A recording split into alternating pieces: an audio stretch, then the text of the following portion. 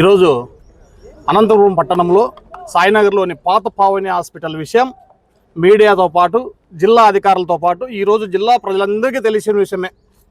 గత 6 నెలల నుంచి జరుగుతున్నటువంటి గలాటలన్నీ మీ అందరికీ తెలుసు. నవంబర్ 23వ తారీఖున ఆ బిల్డింగ్లో గలాట, తర్వాత మా పైన criminal case, attempt murder, arms యాక్సిడెంట్లో నవంబర్ 24వ తారీఖున మేమంతా దాదాపు 15 మంది రిమాండింగ్ అయిన విషయం మీ అందరికీ తెలుసు. అందులో భాగంగా 4 రోజుల క్రితం మరీ 3 కూడా పోలీసులు అరెస్ట్ చేసి రిమాండ్కి పంపించారు. ఓకే, ఇదంతా బాగుంది. ఇదంతా పక్కన పెడితే ఒక పక్క పోలీసులు ఏమో పార్ట్నర్ల మధ్యలో గొడవ వచ్చిందని చెప్పని క్రిమినల్ కేసులు పెట్టి ఇప్పటికీ రిమాండ్కి పంపిస్తున్నారు. ఇంకా ఏరి మరో పక్కేమో ఆశ్చర్యకరమైన విషయం ఏంటంటే, నాకు జిల్లా ఫైర్ ఆఫీసర్ వాళ్ళు ఫైర్కి అప్లై చేస్తే మేము రిమాండ్కి పోయిండే కాలంలో నవంబర్ 24వ తారీఖు మేము రిమాండ్కి పోతే డిసెంబర్లో ఫైర్ ఎన్ఓసికి రికమెండ్ చేస్తాడు జిల్లా ఫైర్ ఆఫీసర్ శ్రీనివాసరెడ్డి గారు, లింగమయ్య గారు. మాకు ఆశ్చర్యమైంది.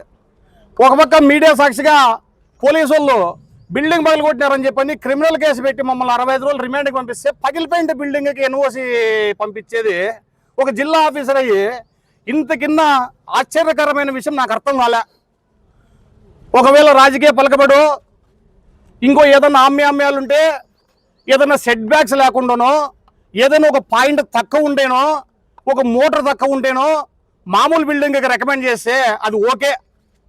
ఈరోజు జిల్లాలోనే ఒక సమస్యాత్మకమైన ఒక సమస్య వచ్చినప్పుడు, 4 పార్ట్నర్లు వచ్చిన మధ్యలో సమస్య వచ్చినప్పుడు, క్రిమినల్ కేసులు పెట్టుకున్నప్పుడు, జైలుకి పోయినప్పుడు, బిల్డింగ్ పగిలిపోయింది బిల్డింగ్కి ఎవరో క్లర్కో సూపరింటెండెంటో రికమెండ్ చేసేది వేరే, కానీ ఒక జిల్లా ఆఫీసర్ అయ్యి ఇదంతా బాగుంది బిల్డింగ్, ఏ సమస్య లేదు అని చెప్పని కనీసం ఓనర్షిప్ సర్టిఫికేట్ అని బిల్డింగ్ ఎవరిది నడుకోకుండా శ్రీనివాస హాస్పిటల్ పేరు మీద రికమెండ్ చేసినారంటే ఇంకా నా బాధ ఎవరికి చెప్పాలని అడుగుతున్నా. అసలు ఈరోజు డాక్టర్ అంబేద్కర్ రాసిన రాజ్యాంగం అమలవుతుందా ఈ జిల్లాలోనా, ఈ రాష్ట్రంలోనా నేను అడుగుతున్నా ఈరోజు. మరి నా బాధలో దిక్క ఎస్పీ గారికి చెప్పినా, కలెక్టర్ గారికి చెప్పినా, ఇంకోరికి చెప్పినా కూడా ఈరోజు తీరడం లేదే. ఒక పక్క పోలీసులు కేసులు పెడతారు, మరో పక్క ఫైర్ వాళ్ళు ఎన్ఓసి ఇస్తారు, మరో పక్క డిఎంహెచ్ఓ గారు టెంపరీ రిజిస్ట్రేషన్ ఇచ్చారంట.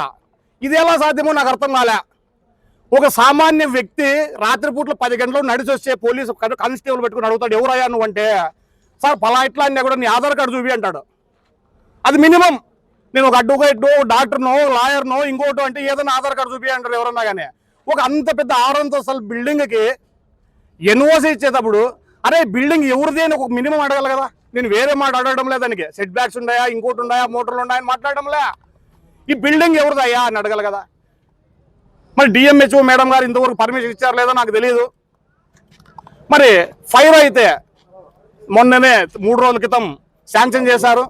మరి జిల్లా ఫైర్ ఆఫీసర్ని అడిగితే ఏమంటాడు తెలుసా ఆయన, సార్ ఏం సార్ కనీసము టైటిల్ అని చూడుకోకుండా, బిల్డింగ్ ఎవరిదని తెలుసుకోకుండా మీరు పర్మిషన్ ఇచ్చినారు, ఇంతగా గలాట జరుగుతుంది, అనంతపురంలో మీడియాలో చూసినారు, పేపర్లో వచ్చింది, కేసులు పెట్టుకున్నారు అంటే నాకు సంబంధం లేదండి సత్యనారాయణ రెడ్డి కదా, ఎవరు బిల్డింగ్ ఎవరు అడిగినా కూడా నేను ఫైర్ ఎన్ఓసి ఇస్తాను అంటాడు.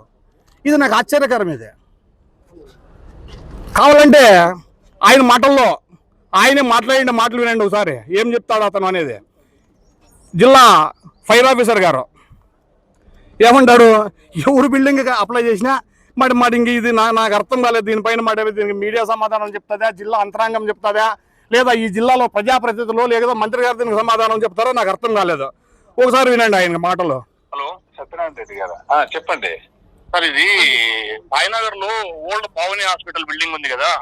అవును, అది శ్రీనివాస హాస్పిటల్లో ఫైర్ ఎన్ఓసికి అప్లై చేసి మీరు రికమెండ్ చేశారంట కదా సార్. అంత గలాడ జరుగుతుందంటే జిల్లా అంతా, స్టేట్ అంతా తెలుసు కదా సార్. అది అంటే ఇప్పుడు దాంట్లో మేము బిల్డింగ్ ఓనర్షిప్ కి మాకు సంబంధం లేదండి. అది ఓన్లీ ఫైర్ సేఫ్టీ ఉందా లేదా చెప్పడం వరకే. మాకు దాంట్లో ఓనర్షిప్ కి మాకు సంబంధమే ఉండదు. అవును సార్, ఎవరు ఊర్లో ఉండే వాళ్ళ బిల్డింగ్ కి ఈ రోజు నేను ఫైర్ అప్లై చేసి ఇస్తారా మీరు? ఎట్లా ఎవరైనా వేరే బిల్డింగ్, ఏ బిల్డింగ్ అన్నా ఊర్లో వాళ్ళు ఎవరి బిల్డింగ్ కూడా నేను ఫైర్ అప్లై చేసి ఇస్తారా మీరు? అప్లై ఆన్లైన్ లో అప్లై చేస్తే మేము ఎస్తానో చెప్పాలి మాకు. ఎవరికైనా అంటే అసలు డాక్యుమెంట్ చూడకనే ఇస్తారా సార్ ఫైర్? మేము డాక్యుమెంట్లు ఏం చూడమండి, మాకు ఆన్లైన్ లో వచ్చిన దాని మీద మేము రెస్పాండ్. నేను ఇచ్చేవాడిని కాదు, నేను I'm only the inspecting officer. అదే రికమెండేషన్ సార్ నేను చెప్తాను. ఇప్పుడు గలాట జరిగింది, మీడియాలో వచ్చింది, పేపర్ లో వచ్చింది, క్రైమ్ జరిగిందా? విన్నారు కదా. ఇంకది ఇది నాకు ఆశ్చర్యం. అందుకోసమనే జిల్లా కలెక్టర్ గారికి ఈరోజు కంప్లైంట్ ఇచ్చాను. ఇమీడియట్గా దీనిపైన చర్య తీసుకొని ఆ ఫైర్ క్యాన్సిల్ చేయమని, అదే విధంగా ఈరోజు డిఎంహెచ్ఓ గారికి కూడా కలెక్టర్ ద్వారా కంప్లైంట్ ఇచ్చాం. ఆ బిల్డింగ్ లో శ్రీనివాస హాస్పిటల్ కానీ మిగతా వాళ్ళకి కానీ నేను పార్ట్నర్ని కాబట్టి నా సంతకం లేకుండా ఎవరికి కూడా ఏ పర్మిషన్ ఇవ్వద్దండి. ఒకవేళ పర్మిషన్ ఇస్తే రేపు పొద్దున్న చట్టం దృష్టిలో మీరు దోషులు అవుతారు, మీరు కోర్టుకి లైబుల్ అవుతారని చెప్పని కంప్లైంట్ ఇవ్వడం జరిగింది. అదేవిధంగా మున్సిపల్ కమిషనర్ కూడా ఈరోజు పొద్దున్నే గ్రీవెన్స్ లో కంప్లైంట్ ఇచ్చి వచ్చినాము. ఆక్యుపేషన్ సర్టిఫికెట్ ఎటువంటి పరిస్థితుల్లో ఎవరికి వేరే వాళ్ళకి ఇవ్వకూడదు, మా సంతకం లేకుండా అని చెప్పి ఇచ్చి వచ్చినాము. మరి దీనిపైన ఇంత జరుగుతున్నా కూడా మేమేదో దౌర్జన్యం చేసినట్ల ఈ రోజు అందరూ వాళ్ళంతా క్రియేట్ చేస్తారా? ఇప్పటికన్నా ఈ అనంతపురం పట్టణ ప్రజలు, అనంతపురంలో చాలా మేధావులు ఉన్నారు, నాయకులు ఉన్నారు, ప్రజాస్వామ్యవాదులు ఉన్నారు, సిపిఐ పార్టీ, సిపిఎం పార్టీ, అన్ని ప్రజా సంఘాలు ఉన్నాయి. ప్రతి ఒక్కరు ఈ నిమిషానికన్నా కనీసం స్పందించాలని చెప్పి నేను కోరుకుంటున్నా.